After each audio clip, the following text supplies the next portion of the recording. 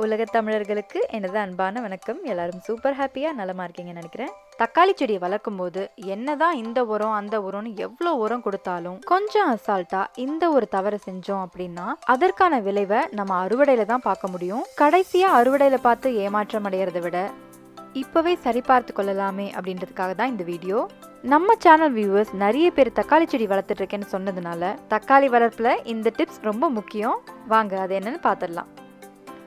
தக்காளி செடிக்கு எல்லா சத்தும் நிறைந்த நல்ல மண்கலவையும் தேவையான நேரத்துல உரங்கள் கொடுத்துட்டு இருந்தாலே சூப்பரா செழிப்பா வளரும். இதை பத்தி எல்லாம் சேனல்ல ஆல்ரெடி வீடியோ இருக்குங்க. இதையெல்லாம் செஞ்சும் தக்காளி செடி செழிப்பா வளரலையா, தக்காளியை அறுவடை பண்ணும் போது இந்த மாதிரிலாம் இருக்கு அப்படின்னா அதுக்கு 2 காரணம் இருக்குங்க. ஃபர்ஸ்ட் இது என்ன அப்படின்னு பார்த்துடலாம்.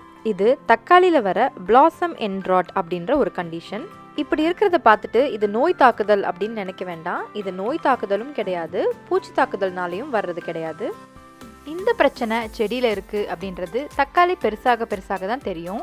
தக்காளி பச்சையா இருக்கும் போதும் தெரியலாம், இந்த மாதிரி பழுத்துட்ட பிறகும் பிளாசம் எண்ட் ராட் வரலாம். இந்த பிளாசம் எண்ட் ராட் நம்ம வளர்க்கும் தக்காளி செடியில வராம இருக்கணும்னா 2 விஷயத்த பண்ணாலே போதுங்க. ரொம்ப சிம்பிளான விஷயம்தான்.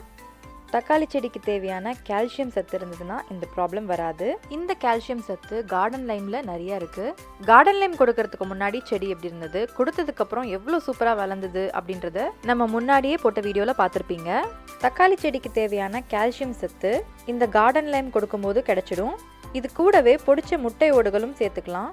அப்போ கார்டன் லைம் சேர்த்துட்டோம் அப்படின்னா தக்காளி செடியில பிளாசம் எண்ட் ராட் ப்ராப்ளம் வராதா அப்படின்னு கேட்டிங்கன்னா அப்பவும் வர வாய்ப்பு இருக்கு. என்னதான் ஃபர்டிலைசர் கார்டன் லைம் அப்படின்னு செடிக்கு தேவையான எல்லா சத்துக்களும் கொடுத்தாலும் இந்த எல்லா சத்துக்களையும் செடி உள்வாங்கணும் அப்படின்னா தக்காளி செடிக்கு தேவையான தண்ணீரை சரியா கொடுத்துட்டே இருக்கணும்.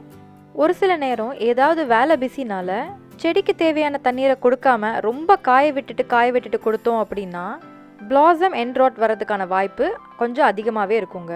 ஏன்னா மண்ணில் கால்சியம் சத்து இருந்ததுன்னா கூட அது செடிக்கு போய் சேரணும் அப்படின்னா மண்ணில் ஈரப்பதம் இருந்தாதாங்க முடியும். தக்காளி செடி இருக்க தொட்டியில ஈரப்பதம் கம்மியாகாம இருக்க மூடாக்கு மாதிரி போட்டாலும் ஹெல்ப்ஃபுல்லா இருக்குங்க. ஆனா பிளாசம் எண்ட் ராட் வரக்கூடாதுன்றதுக்காக தண்ணீரை அதிக அளவு கொடுத்துட்டோம் அப்படின்னா தக்காளி செடியோட வேர்கள் சுவாசிக்க முடியாம செடியோட வளர்ச்சி பாதிக்கப்படும்.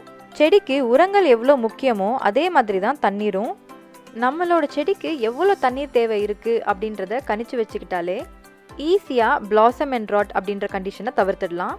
ஒருவேளை உங்களுக்கு பிளாசம் எண்ட் ராட் கண்டிஷன் உங்க தக்காளி செடியில வந்திருந்தது அப்படின்னா உடனே புரிஞ்சுக்க வேண்டிய 2 விஷயம். ஒன்று, கால்சியம் சத்து இல்லை. ஒருவேளை கால்சியம் சத்து இருக்கு அப்படின்னா தண்ணீர் நம்ம சரியா கொடுக்கலையோ அப்படின்றது தாங்க.